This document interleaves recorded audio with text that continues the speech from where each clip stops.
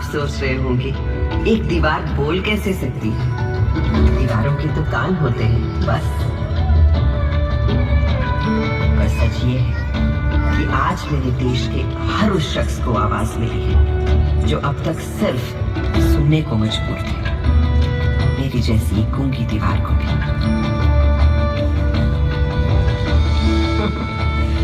ऐसा नहीं कि सुनहरा समय मेरी मातृभूमि ने पहली बार देखा।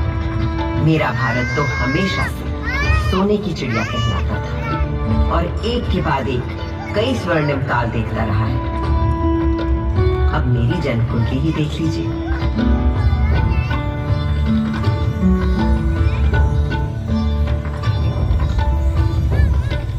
जिस सुनहरे समय में मेरा जन्म हुआ था, उस वक्त मेरे आसपास छेनी, हथौड़ी, संत तराशू, पत्थर कटों की ठक ठक ताल थी और संत कवियों के शहद से सुनी उस रसधार को बहाने वाले पूरे भारत भर से अनेकों कवि थे। इन भक्त कवियों में कोई हिंदू था, कोई मुसलमान, कोई सूफी, कोई शाक्त, कोई शैव, कोई वैष्णव। सबके आराध्य अलग अलग थे, भाषा अलग, पर सबकी भक्ति में एक ही परमात्मा, एक ही ब्रह्म, एक ही ओंकार के दर्शन सारे देश को हो रहे थे।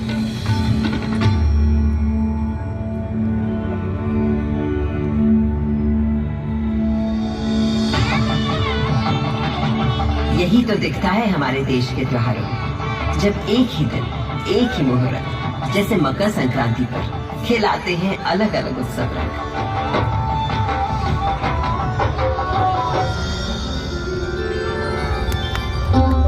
इस लाल किले को बनवाया था मुगल शहंशाह शाहजहां ने। बलुए पत्थरों से मुझे गढ़ा गया था और इस मजबूती से ये 400 साल बाद आज भी मुझे हिलाना नामुमकिन है।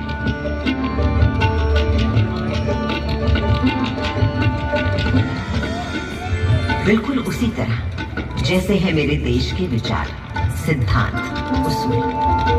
असल में भारत सिर्फ एक देश नहीं है, भारत नाम है एक सोच।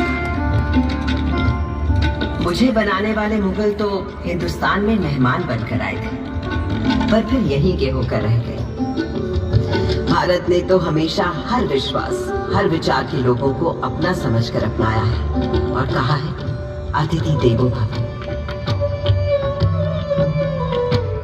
मगर उससे भी बहुत पहले भारत ने कई स्वर्णिम युग देखे थे, जैसे था हमारे देश का वैदिक युग। सरित सरस्वती नदी के तीर बैठे जब ऋषि मुनि गंभीर, समिधा अग्नि आहुति और यज्ञ तपस्या कर हुए सब प्रज्ञ, रचने लगे वो वेद पुराण ऋग अथर्व यजुर और साम, शोध किए सब जीवन तत्व, खोज निकला प्रकृति का सत्व, जीवात्मा परमात्मा है एक, माया भ्रम से लगे अनेक, आत्मा अजर अमर अछेद, अनादि अनंत अखंड अभेद। वेदों को रचने वाले इन ऋषियों ने दुनिया को जीवात्मा, आत्मा, परमात्मा की जिस एक की बात हमें सिखाई थी, उसी को श्री कृष्ण ने धर्म क्षेत्र कुरुक्षेत्र की युद्ध भूमि में अर्जुन को सुनाया था।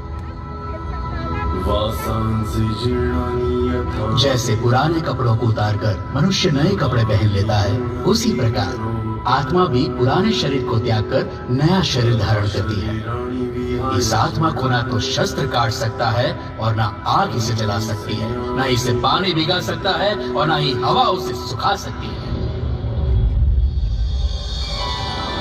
तब से आज तक आत्मा की संस्कृति ही भारतीय संस्कृति की आत्मा है और ओम की ध्वनि उस परम ब्रह्म का स्वरूप।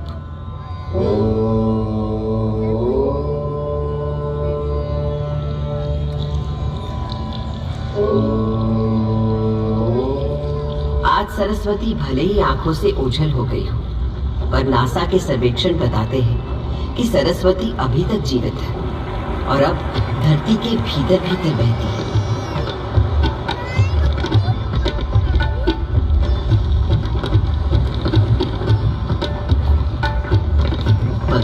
देश की शुरुआत तो उस वैदिक युग से भी पहले की है।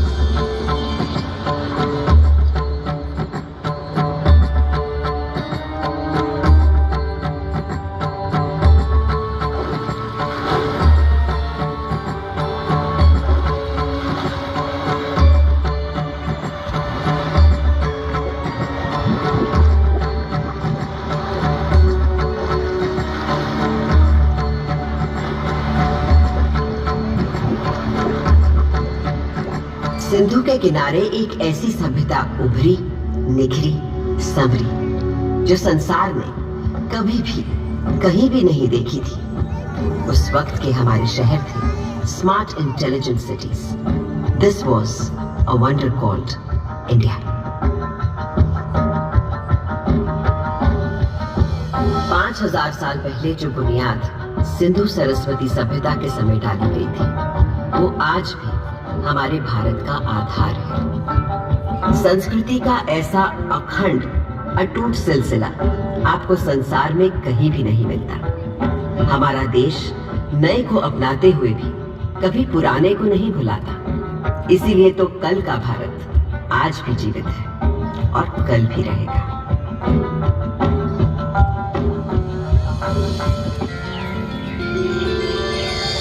एक और बड़ी विशेषता है मेरे भारत की, सत्य की खोज। भारत नाम का अर्थ ही है भा, यानी प्रकाश, और उसकी खोज में लगा हुआ व्यक्ति। प्रकाश यानी सत्य की खोज में केवल योगी, मुनि, ऋषि ही नहीं, सुख सुविधा में पले बढ़े राजा राजकुमार भी किसी से कम नहीं रहे।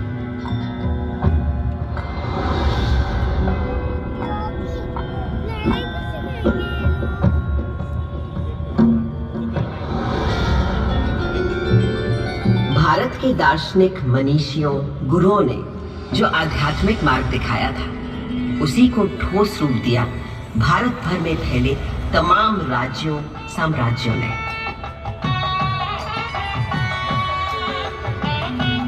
दूसरी तरफ थे हमारे अभूतपूर्व वैज्ञानिक, गणितज्ञ, खगोल शास्त्री और वैद्य। हजारों बरस पहले पृथ्वी की परिधि की सही नाप, मंगल और चंद्र तक का फासला और धरती से सूर्य की बराबर दूरी, सब बिना किसी दूरबीन या उपग्रह का सहारा लिए, केवल अपनी गणित, बीजगणित, ज्यामिति और खगोल ज्ञान से। ये उन्हीं पुरातन खगोल शास्त्रियों से मिले संस्कार हैं कि आज भारत अंतरिक्ष अन्वेषण में एक अग्रणी देश है। सहस्त्राब्दियों पहले गणादि आदि गुरु थे अणु को पहचानने वाले। फिर क्या आश्चर्य कि नई दुनिया में अणु शक्ति को साधने वाले देशों में हम हमेशा आगे रहे। योग में तन से मन और मन से आध्यात्म के योग के सूत्र ढूंढ निकाल रहे थे पतंजलि जैसे ऋषि। और आज 21 जून को पूरा विश्व योग दिवस मनाता है। वहीं विद्वान वैद्य मानव शरीर के छुपे हुए राज और हर बीमारी का इलाज खोज रहे थे। सर्जरी की भी शुरुआत इन वैद्यों ने कर डाली थी और कटे अंगों को जोड़ने के लिए प्लास्टिक सर्जरी की भी।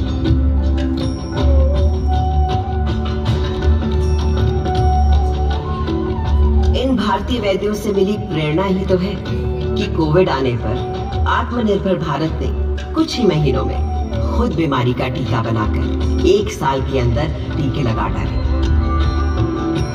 ये दवा हमने दुनिया के और देशों को भी दी, क्योंकि मेरे देश का हमेशा से मानना रहा है वसुधैव कुटुंबकम, सारा संसार हमारा परिवार, वन वर्ल्ड वन फैमिली।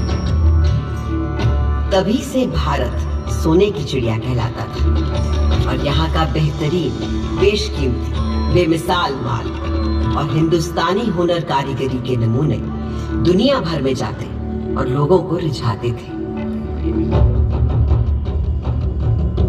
संसार को तमाम सामान ही नहीं, शठ दर्शन और 4 धर्म देने वाले भारत पर कई लोगों की बुरी नजर लगी हुई थी। मगर जब भी विदेशी हमलावरों या किसी आतताई ने मेरी मातृभूमि के मूल्यों, धर्म और संस्कृति पर हमला किया तो मां की लाज बचाने को मुंह तोड़ जवाब दिया भारत के जाबाजों ने। किसके नाम लो, जैसे जरा याद कीजिए मेरी दिल्ली के पृथ्वीराज चौहान का पराक्रम।